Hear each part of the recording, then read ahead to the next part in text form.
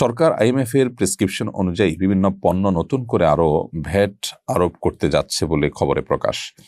এটা জীবনযাত্রার উপরে বেশ প্রভাব ফেলবে বলে অনেকে মনে করেন। গুরুত্বপূর্ণ নাগরিক হিসেবে সরকার কোনো পরামর্শ দিবেন কিনা, গুরুত্বপূর্ণ নাগরিক কিনা জানি না, তবে এটা বলবো যে আমাদের যে সমস্ত প্রতিষ্ঠানগুলো লোন দিয়ে থাকে, নানা সময় আমাদেরকে আর্থিক সহায়তা দিয়ে থাকে, তারা নানা রকম বুদ্ধি পরামর্শ দিয়ে থাকে। এইসব পরামর্শের সবগুলোই যে আমাদের জন্য খারাপ আমি তা বলছি না, তবে অনেকগুলোই আমাদের জন্য আসলে ভালো নয়। দেশে বিশেষ করে বর্তমান যে চলমান অচল অবস্থা চলছে, অনেকটা দীর্ঘদিন পর্যন্ত মানুষ আর্থিক কষ্টে ভুগছে, বাজার নিয়ন্ত্রণ করা কঠিন হচ্ছে নানা কারণে।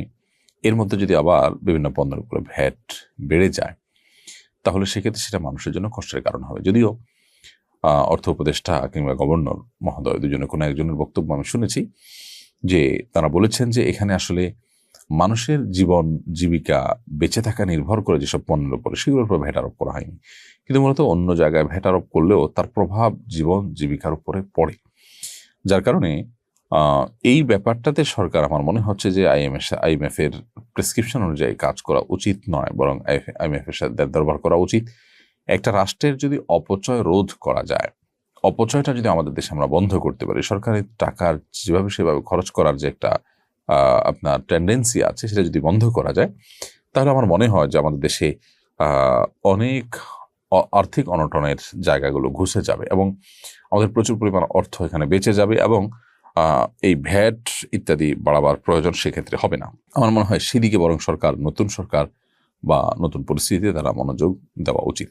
পরিবেশ সুরক্ষার বিষয়ে ইসলামের নির্দেশনা কি? বর্তমান সরকারের পলিথিন বিরোধী অবস্থান সম্পর্কে আপনার মন্তব্য কি? দেখুন, ইসলাম পরিবেশ সুরক্ষার জন্য বহু উদ্যোগের নির্দেশ আমাদেরকে দিয়েছে।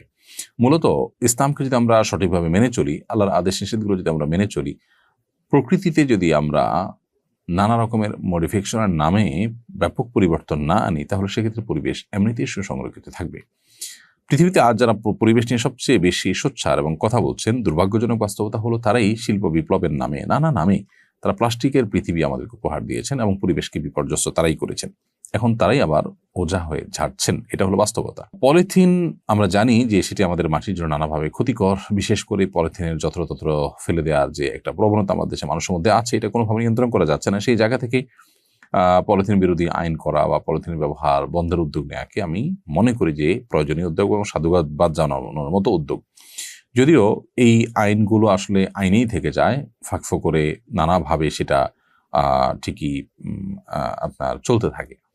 তো এই ক্ষেত্রে যে সমস্ত ফ্যাক্টরিগুলো ইতিমধ্যে চালু আছে, সেই ফ্যাক্টরিতে অন্য কিছু উৎপাদন করে হলেও যে সমস্ত কর্মীরা আছেন, শ্রমিকরা আছেন, তাদের কর্মসংস্থানের উদ্যোগ নেওয়া উচিত, যাতে করে তারা বিপদের মুখে পতিত না হয়। কিন্তু মূল উদ্যোগটা এটা অবশ্যই প্রশংসার দাবিদার।